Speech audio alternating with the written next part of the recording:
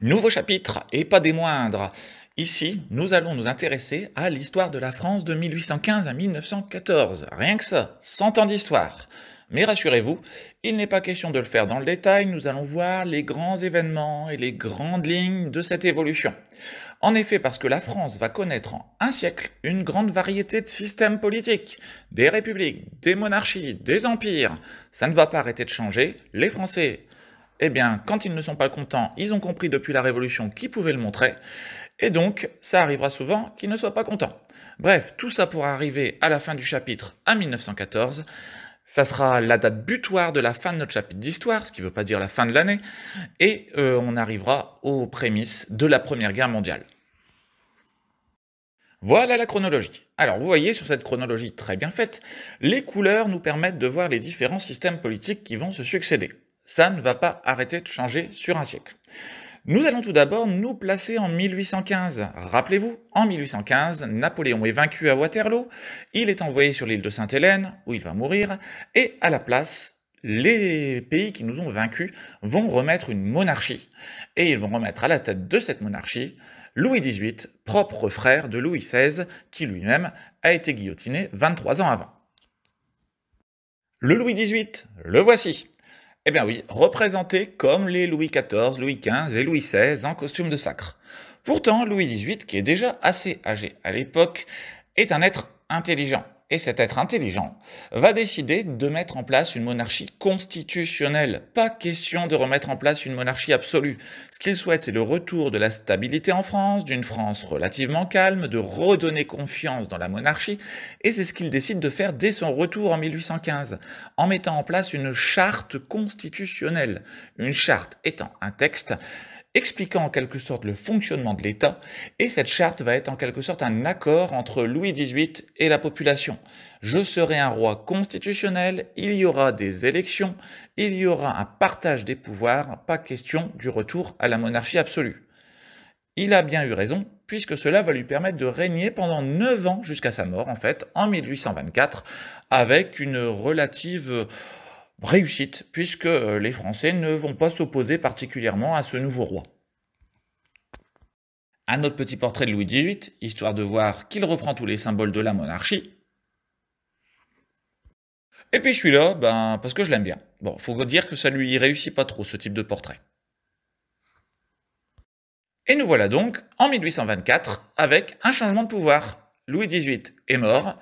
Eh bien ça tombe bien, il a encore un frère. Il a encore un frère sous le coude, donc encore un frère de Louis XVI, Charles. Et cette fois-ci, Charles, ça va pas être la même histoire. Le voilà Charles, et Charles, il se fait appeler Charles X. Comme pour son prédécesseur, représentation en costume de sacre, le sceptre, la main de justice, le manteau avec la fleur de lys, tout ça vous connaissez. Jusqu'ici, rien de particulier. Seulement, Charles n'a pas du tout le même caractère que son grand frère Louis XVIII, et cela va très très vite se marquer dans l'actualité française de l'époque.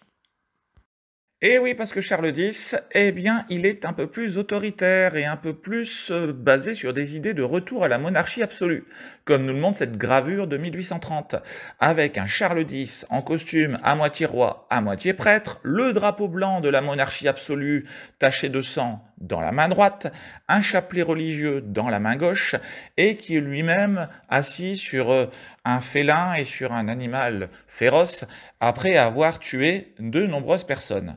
Voilà, le règne de Charles X va être beaucoup plus autoritaire que le règne de Louis XVIII. Et cela va durer jusqu'en 1830. En 1830, néanmoins, eh ben, il y en a ras-le-bol. Les Français savent comment il faut faire. C'est reparti pour une révolution.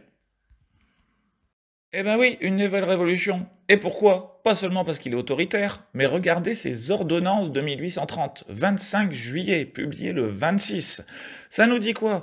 Eh ben ça nous dit que la liberté de la presse est supprimée, que les députés qui ont été élus sont renvoyés, qu'on modifie la loi électorale et qui fait que seuls les plus riches pourront voter et que même les préfets seront les seuls à pouvoir dire qui a le droit de voter. Nouvelles élections, si c'est 13 septembre. Pour faire des élections comme ça, autant pas en faire. Et ils n'auront pas le temps, puisque le peuple va se révolter. Et voilà, illustration des journées révolutionnaires des 26, 27, 28 juillet 1830 qui resteront dans l'histoire comme étant appelées les Trois Glorieuses. 3 jours glorieux de révolution pour le peuple parisien qui, comme on le voit sur cette représentation, fait des barricades, on dépave, on retire les pavés des rues, on met des obstacles dans les rues pour affronter l'armée royale. Et le roi Charles X, au bout de 3 jours, pas fou, il décide d'abdiquer, de renoncer au pouvoir et de s'en aller. Ces 3 jours de révolution auront donc permis de ramener, on va dire, des libertés en France, de mettre fin à la tentative de Charles X de remettre en place une monarchie absolue. Et ces 3 glorieuses seront donc une révolution qui va permettre de sauvegarder en quelque sorte les acquis de la Révolution française. Surtout, cette révolution de 1830, ces 3 glorieuses, ont donné naissance à ce très célèbre tableau de l'histoire de France et de l'histoire de l'art, tout simplement. Un des tableaux les plus célèbres au monde, qui en fait est l'illustration même de l'idée de liberté. Ce tableau s'appelle « La liberté guidant le peuple » et est une œuvre d'Eugène Delacroix. Eugène Delacroix était présent à Paris pendant les 3 jours de révolution et il va réaliser par la suite ce tableau qui est également une allégorie, c'est-à-dire un symbole de la liberté. En effet, on peut voir en position centrale Marianne avec son bonnet phrygien sur la tête, son drapeau bleu-blanc-rouge dans la main droite, bon, la poitrine à l'air, et qui guide le peuple. Ainsi, cette Marianne est un personnage imaginaire, mais elle représente la liberté qui guide le peuple derrière elle pour reprendre les droits et pour chasser ce roi qui voulait mettre fin aux libertés. Derrière elle, à sa gauche, un jeune garçon, 2 pistolets à la main, une cartouchière qu'il a volée à un soldat, ce jeune garçon, inspirera Victor Hugo pour créer le personnage de Gavroche dans Les Misérables quelques années plus tard, et sur la droite de Marianne, des personnages représentant différentes catégories du peuple, avec son fusil et son chapeau, le bourgeois, à côté avec son sabre, l'artisan avec son tablier, et derrière une foule de personnages qui suivent cette idée de liberté. Sur la gauche du tableau, même un jeune garçon, un pavé à la main, et tous ces personnages sont en train d'escalader une barricade constituée de morceaux de bois, de pavés, de corps, de cadavres de soldats qui ont été vaincus. Ce tableau est vraiment la représentation universelle de la liberté. Il est connu dans le monde entier aujourd'hui. Il est aujourd'hui exposé au musée du Louvre et il n'y a pas que la Joconde au musée du Louvre. Ce tableau-là, il est sacrément observé par les différents visiteurs. Juste pour le fun et pour vous montrer quand même qu'il s'agit d'un tableau incroyablement connu, il a été parodié, détourné. Et la construction du tableau, un peu de manière pyramidale, a été reprise par de nombreux artistes, par de nombreux illustrateurs. Ici, la liberté guidant le peuple, façon Astérix et Obélix. Ici, pochette de l'album Viva la Vida du groupe Coldplay, qui reprend la peinture sur son titre. La version manga, parce qu'il en faut pour tous les goûts. Et certains ont même vu dans cette photographie datée du 11 janvier 2015, quelques jours après les attentats de Charlie Hebdo, une version moderne de la liberté guidant le peuple, liberté d'expression, Marianne en statue, un peuple en joie qui défend les valeurs de notre République, bref, un tableau, la liberté guidant le peuple, devenu totalement universel. Mais revenons à nos moutons, ou plutôt à nos Français. C'est bien beau de se débarrasser de Charles X, mais qu'est-ce qu'on va mettre à la place ? Alors, après de nombreuses hésitations, le choix va être de laisser une chance à la monarchie en allant piocher un nouveau roi. Alors, où aller le chercher? Dans la famille de Louis XVI, on a déjà eu quand même quelques expériences négatives, donc on va aller chercher chez des cousins. Wesh cousin, eh ben le voilà le cousin. Le cousin, c'est Louis-Philippe. Il est tout beau, il est là devant vous. Louis-Philippe, donc famille d'Orléans, c'est le cousin de la famille de Louis XVI, Louis XVIII et Charles X, et c'est lui à qui on va confier le trône de France pour une période nouvelle que l'on va appeler la monarchie de juillet. Bah oui, elle est apparue fin juillet, donc on l'appelle la monarchie de juillet. Et Louis XVIII, donc, est le roi qui est censé redonner confiance en la monarchie pour les Français. Pour la petite histoire, ça sera même le premier roi qui sera photographié. Ben ouais, la photographie, elle est inventée en 1835 en France, cocorico, et donc Louis-Philippe sera le premier roi objet d'une photographie, comme on le voit ici. Alors ce Louis-Philippe met en place une politique avec un retour des libertés, liberté d'expression, liberté de la presse, avec des élections, alors toujours au suffrage censitaire, c'est-à-dire que ce sont les plus riches qui votent, mais en tout cas des élections et un système qui est une monarchie constitutionnelle, plus de monarchie absolue, monarchie constitutionnelle. Seulement, très rapidement, au bout de quelques années, ce Louis-Philippe va décevoir. Cette caricature du célèbre caricaturiste Daumier nous représente en quelque sorte l'évolution progressive du personnage. Vous avez ce personnage à trois têtes et tout en bas c'est indiqué le passé, le présent, l'avenir, avec un visage qui, de personnage bonhomme, souriant et bienveillant, se transforme peu à peu en un personnage sévère, autoritaire et à tendance brutale. Cette évolution va se faire sur 18 ans, mais elle va se faire, et cela va entraîner, comme on l'a déjà vu, des révoltes. Autre caricature pour comprendre l'évolution, nous avons ici des morts qui ressortent de leur tombe. C'est indiqué sur leur stèle, morts pour la liberté, 27, 28, 29 juillet 1830, l'époque des Trois Glorieuses. Ils sont morts lors de cette révolution et ressortent de leur tombe quelques années plus tard, et ils disent tout en bas, c'était vraiment bien la peine de nous faire tuer. En observant ce qui se passe derrière, c'est-à-dire des combats, des religieux un peu partout, et une situation qui leur rappelle furieusement l'époque de Charles X, qui avait précédé la Révolution de 1830. En effet, la politique de Louis-Philippe évolue de manière de plus en plus autoritaire, et il faudra attendre 1848 pour que le peuple se révolte. Et voilà, c'est reparti pour un tour. On retire les pavés des rues. Décidément, ces pavés, on les retire souvent à cette époque-là. Et le peuple reprend les armes contre l'armée royale. Nouvelle révolution, nous sommes en 1848, ça va pas durer longtemps. Le peuple va se faire entendre. Louis-Philippe quitte le pouvoir, quitte le pays. Et cette fois-ci, on met en place autre chose, à nouveau autre chose. Alors, la monarchie, on lui a laissé sa chance. On va décider de mettre en place, une république, bien sûr, je suis sûr que vous y avez tous pensé. Comme on le voit sur cette illustration, combat du peuple parisien les journées de février 1848, retour de la République. Ça va être la deuxième République, parce que si vous vous souvenez bien, il n'y en a eu qu'une seule. 1792, première République à l'abolition de la monarchie. Elle n'aura pas duré très longtemps, puisqu'après il y a Napoléon. Mais en tout cas, ici, on est bien décidé à remettre en place une République et de prendre de grandes décisions. Alors, de grands tableaux illustrent ce retour de la République. Alphonse de Lamartine, un républicain qui choisit le retour du drapeau bleu-blanc-rouge et qui proclame en quelque sorte la République. Bon, cette République se met en place en grande pompe et pour la première fois de l'histoire, non seulement on va prendre des décisions très importantes au cours de ce 19e siècle, mais on va élire un président, premier président de la République française. Eh bien oui, parce que cette République, elle prend d'énormes décisions.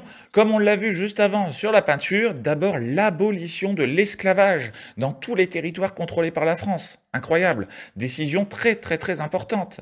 L'adoption du drapeau tricolore, de la devise liberté, égalité, fraternité, l'abolition de la peine de mort en matière politique. On ne pourra plus faire exécuter un opposant politique.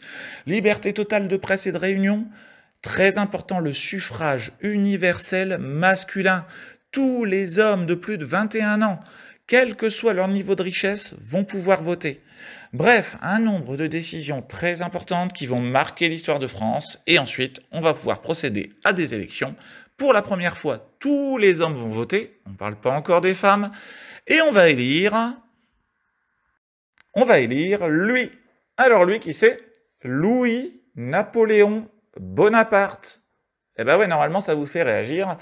C'est le neveu de Napoléon Ier. Voilà, Louis-Napoléon Bonaparte, en 1848, se fait passer pour un républicain, et beaucoup de gens ont la nostalgie à cette époque de Napoléon Ier, chose bizarre, et on va élire Louis-Napoléon Bonaparte. Alors, à l'époque, on a pris des précautions. Ça fait quand même un moment qu'on se fait avoir par des gens qui, une fois au pouvoir, deviennent des apprentis dictateurs. Donc, on a fixé une règle. Tu peux être président 4 ans, et seulement 4 ans. Pas le droit d'être réélu, pas le droit de faire plus de 4 ans. Ça, c'était ce qui était prévu. Ben oui, parce que notre ami Louis-Napoléon Bonaparte, ça le brûle au fond de lui de faire comme tonton. Ben ouais, imiter tonton. Et imiter tonton, ça veut dire devenir empereur. Bah oui, parce que au bout de 3 ans et demi de pouvoir, il sait qu'il va devoir rendre en 1852 sa place et faire de nouvelles élections. Et ça lui plaît pas trop. Dans la famille Bonaparte, je pense qu'on a un petit gène de domination sur le peuple. Et en fin 1851, eh bien, il va faire un coup d'État. Un coup d'État, s'emparer du pouvoir par la force et devenir empereur comme tonton. Empereur sous le nom de Napoléon III, bien sûr. Ah non, pas Napoléon II. Napoléon II, ça aurait été le propre fils de Napoléon Ier, qui est mort en 1832 d'un gros rhume. Bref, c'est une parenthèse. En tout cas, Louis-Napoléon Bonaparte devient empereur sous le nom de Napoléon III. Mise en place d'un système dictatorial, suppression des libertés, etc., etc. On a déjà vu cette histoire-là et pourtant elle se reproduit. Ici, portrait officiel de Napoléon III, nouvel empereur des Français. Bon, alors le fonctionnement de l'Empire, c'est une dictature, hein, c'est-à-dire que, pour faire vite, il garde le suffrage universel masculin, c'est-à-dire donne l'impression que les citoyens, que les habitants du territoire ont un rôle important. En réalité, s'il y a des élections, elles vont permettre d'élire des personnages qui n'ont pas beaucoup de pouvoir, puisque c'est l'empereur qui nomme tout le monde, l'empereur qui nomme les ministres, l'empereur qui nomme les préfets, l'empereur qui nomme les maires, et qui, toutes ces personnes qui sont nommées, contrôlent en fait les institutions et les personnes qui sont élues par le peuple. Donc en réalité, on bascule bien dans une dictature avec ce Napoléon III, et c'est une dictature qui va durer un certain temps. Alors cette caricature, elle est représentative du pouvoir de Napoléon III. On a un Napoléon III marchant sur un tas de cadavres, aidé sur les côtés par les petits personnages, les personnages numéro 3, c'est-à-dire l'armée, numéro 4, la justice, numéro 2, les religieux, et qui remporte une victoire écrite en lettres de sang sur le peuple qui chercherait à s'opposer. Et oui, parce que l'Empire, le Second Empire, comme on appelle le pouvoir de Napoléon III, c'est un pouvoir brutal et autoritaire. Comme le montre cette autre caricature, un pouvoir brutal et autoritaire qui empêche la liberté d'expression, la liberté de la presse. Ainsi, les écrivains, les journalistes, toute personne voulant s'exprimer, se retrouvent emprisonnés, se retrouvent les yeux bandés, les mains attachées, incapables de pouvoir écrire quoi que ce soit, et direction la prison. Pas de liberté d'expression lors de ce Second Empire. Ainsi, un homme politique, républicain, écrivain et poète comme Victor Hugo va-t-il décider de s'exiler sur les îles anglo-normandes de Guernesey afin de pouvoir continuer à écrire pendant 18 ans contre celui qu'il appelle Napoléon, qui pour lui est un imposteur et qu'il faut absolument renverser. Pendant ces 18 ans, Victor Hugo ne cessera d'écrire des romans et des recueils de poèmes comme Les Misérables ou comme Les Châtiments, afin de représenter l'injustice du pouvoir de Napoléon III et le fait qu'il faut renverser cet empereur autoritaire. Victor Hugo finira finalement par l'emporter, d'une certaine façon, en 1870, puisqu'après 18 ans d'empire, en 1870, ça sera la fin, mais on y arrive juste après. Ainsi, voilà, cette caricature de Domy en 1870 qui représente l'aigle impérial écrasé par le livre de Victor Hugo, Les Châtiments, les mots qui battent le pouvoir dictatorial. C'est beau. Alors, c'est quand même pas que Victor Hugo qui va permettre de mettre fin au pouvoir de Napoléon III, mais on ne peut pas lui reprocher d'avoir lutté contre celui-ci en tout cas. Alors, Napoléon III, qui enterre la démocratie, qui enterre les libertés, c'est vrai. Mais il faut quand même lui laisser à son actif quelques petites réalisations importantes. En effet, son histoire à Napoléon III, c'est le développement économique du pays. Et sous Napoléon III, sous le Second Empire, le pays se développe économiquement. Le chemin de fer, les voies ferrées vont apparaître à travers tout le pays et relier tout le pays avec pour centre Paris. On va voir apparaître les bassins miniers, comme le bassin minier du Nord-Pas-de-Calais. Également des grands travaux, comme des canaux qui vont permettre de stimuler le commerce et de développer les échanges de marchandises. Nous allons avoir la création de grands ports industriels, comme Le Havre, comme Saint-Nazaire, comme Marseille. Et nous allons avoir également des grands travaux d'urbanisme pour transformer les grandes villes de France. Ainsi, à Paris, tout change. On casse tout et on recrée une autre ville.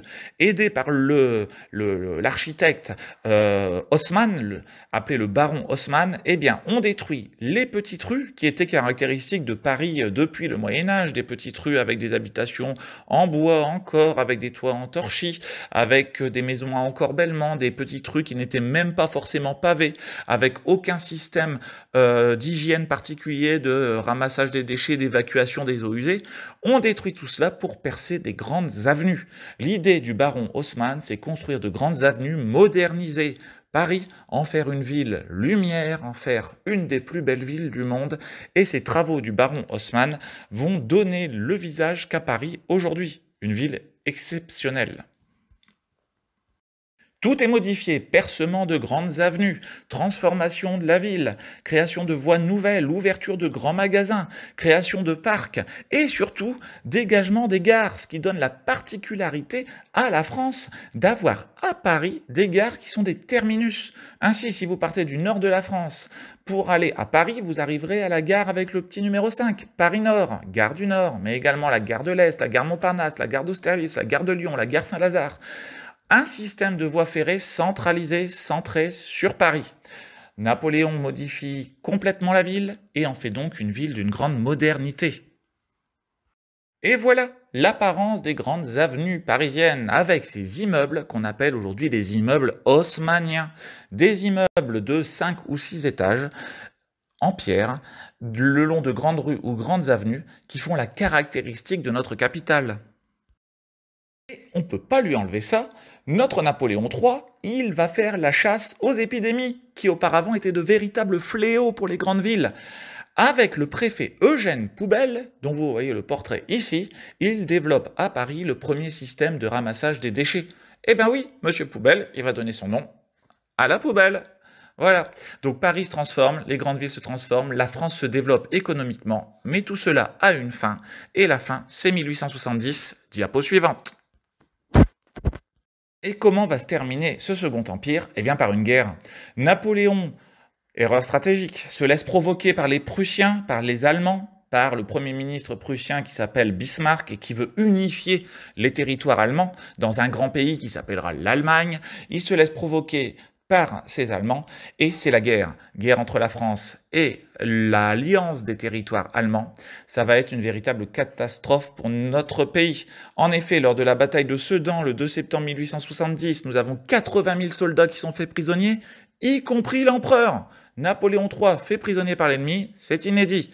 Les Allemands vont continuer leur avancée jusqu'à Paris, vont assiéger Paris et vont même s'installer à la Galerie des Glaces du château de Versailles, où ils vont même proclamer la naissance de l'Empire allemand. Voilà. C'est le monde à l'envers, des Allemands chez nous, et qui crée l'Allemagne chez nous. En tout cas, c'est la fin du Second Empire et la fin de Napoléon III.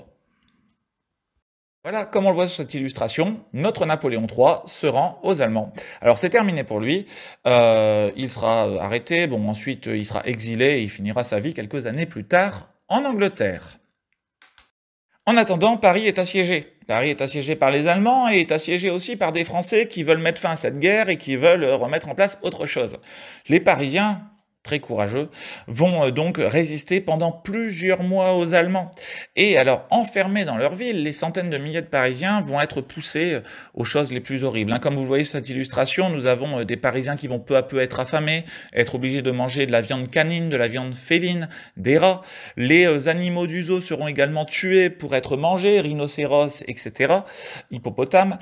Et cette période, qui va être appelée la Commune de Paris, va être une expérience assez extraordinaire, où où Paris va se constituer en gouvernement, la Commune de Paris, et inventer une nouvelle manière de gouverner. Alors nous ne rentrerons pas dans les détails sur la Commune de Paris, mais c'est néanmoins très intéressant, vous en reparlerez au lycée général.